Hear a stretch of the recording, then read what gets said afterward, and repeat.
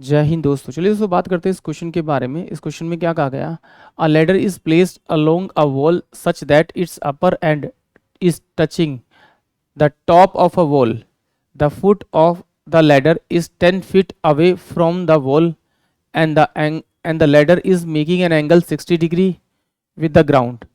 When a man start climbing on it, it slip ladder and make an angle 30 degree with the ground.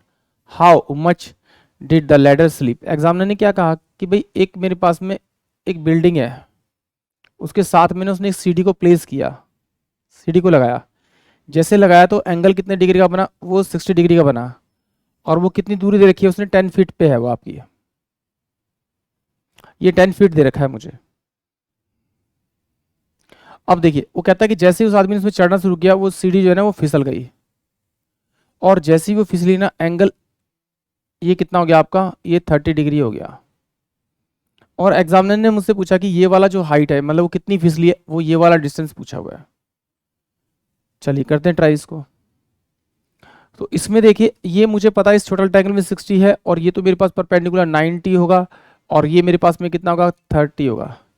तो जो side मुझे दे रखा है 30 के सामने वाली दे रखी है, अगर मैं उसको डबल करूं तो वो 90 के सामने वाले जाएगी, यानी कि ये वाली साइड कितनी आ जाएगी मेरे पास में आपका 20 मीटर।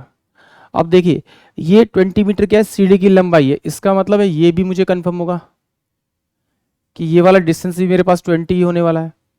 क्यों, उसकी सीढ़ी की लंबाई तो चेंज नहीं होगी, सीढ़ी तो सेम हाइट की रहेगी, तो इसका मतलब ये मेरी पूरी 20 है तो ये भी 20 होगा। अब देखते हैं इस छोटे ट्राइंगल के अंदर ये वाली हाइट, तो ये मेरे पास 30 वाला है, अगर मुझे 60 वाली निकालनी है तो ये मेरे पास कितनी हो जाएगी पूरी, ये 10 और ये √3 होगी, क्योंकि 30 के सामने वाली जो साइड होती है उसको अगर मैं √3 से मल्टीप्लाई करूंगा तो वो 60 के सामने वाली साइड आ जाएगी।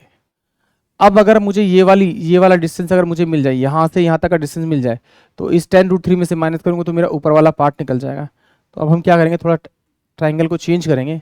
अब हम ट्राइंगल लेंगे ये वाला ट्राइंगल लेंगे, ये वाला ट्राइंगल लेंगे। अब देखिए ये मेरे पास में 90 के सामने वाली साइड कितनी है मेरी 20 है, तो 30 के सामने वाली साइड क्या इसकी हाफ हो जाएगी, यानी कि इसका मतलब ये 10 मीटर हो जाएगा आपका। इन दोनों का अगर मैं डिफरेंस निकालूंगा तो मेरे पास 10 √3 माइनस का 1, ये मेरे पास में इसकी वैल्यू आ जाएगी। ऑप्शन में जो आपका है वो ऑप्शन ए इस क्वेश्चन का करेक्ट होगा।